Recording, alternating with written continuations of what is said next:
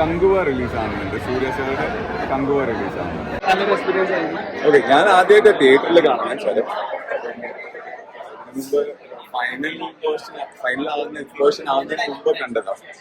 തിയേറ്ററിൽ കണ്ടപ്പോൾ ഭയങ്കര സന്തോഷമാണ് ഫൈനലായിട്ട്.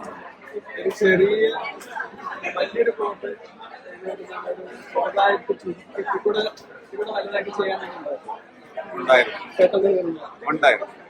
എനിക്കത് ഉണ്ടായിരുന്നു. അത് നമ്മൾ ഷൂട്ട് ചെയ്ത് തുടങ്ങിയ സമയത്തായിരുന്നു ഞാൻ ഗൈഡൊക്കെ എടുത്ത് ചോദിച്ചാൽ നമുക്ക് ഒരു ഫീച്ചർ പോലെ നമുക്ക് ആലോചിക്കാൻ പറ്റുമോ എന്ന് ചോദിച്ചു. പക്ഷെ അതിനു മുമ്പ് നമ്മൾ പ്ലാൻ ചെയ്ത് നമ്മൾ അങ്ങനെ ഷൂട്ട് ചെയ്യാൻ തുടങ്ങി. പിന്നെ നമ്മളത് അവിടെ നിന്ന് ഒരു കൺഫ്യൂഷൻ വേണ്ടെന്ന് പറഞ്ഞാൽ നമ്മളത് ഓക്കെ നമുക്ക് ഇത് ഷൂട്ട് ചെയ്യാമെന്ന് പറഞ്ഞാൽ അങ്ങനെ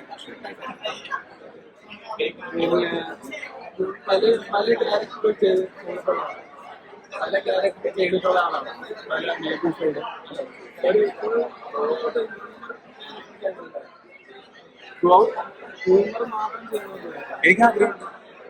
എനിക്ക് ആഗ്രഹമുണ്ട്.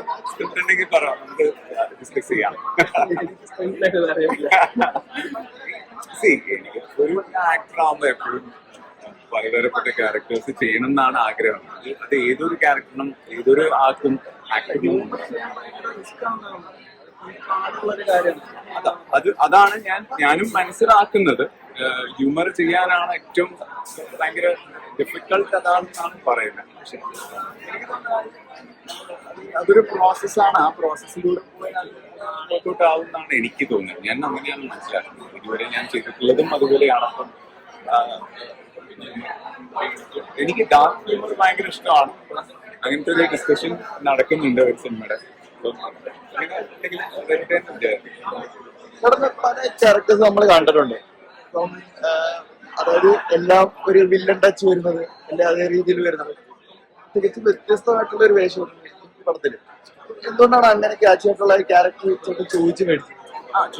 അതന്നെ ഇതിപ്പം നിങ്ങൾ തന്നെ പറഞ്ഞില്ലേ, ഇപ്പോഴും സ്ട്രോങ് ആയിട്ട് വില്ലൻ നെഗറ്റീവ് ഷെയ്ഡ്സ് കുറെ ചെയ്തിട്ടുണ്ട്. അപ്പം ഇങ്ങനെ ഒരു വൾണറബിൾ ഭയങ്കര പാവപ്പെട്ട മനുഷ്യന്റെ ഒരു അവസ്ഥയിൽ പെടുമ്പം അയാൾ ഗോത്രൂ ചെയ്യുന്ന സാധനം അത് നമ്മൾ ഫീൽ ചെയ്യുന്നതിനെ ഇത്രയും കാലം ചെയ്ത ക്യാരക്ടേഴ്സിനും ഇപ്പൊ ഞാൻ ഈ ചരത്തിൽ ചെയ്തിരിക്കുന്ന ക്യാരക്ടർ ഇത് രണ്ടും ഇതുപോലത്തെ ക്യാരക്ടറിന്റെ മാനസികാവസ്ഥ കംപ്ലീറ്റ്ലി ഡിഫറെന്റ്.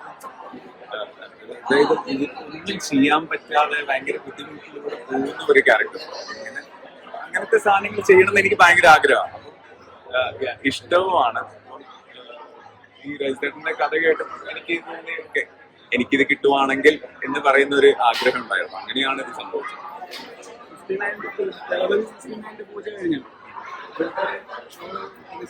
അയ്യോ, എല്ലാരും വിളിച്ചിട്ടില്ല, മനസ്സിലായി. പക്ഷെ എല്ലാരും വിളിച്ചിട്ടില്ല.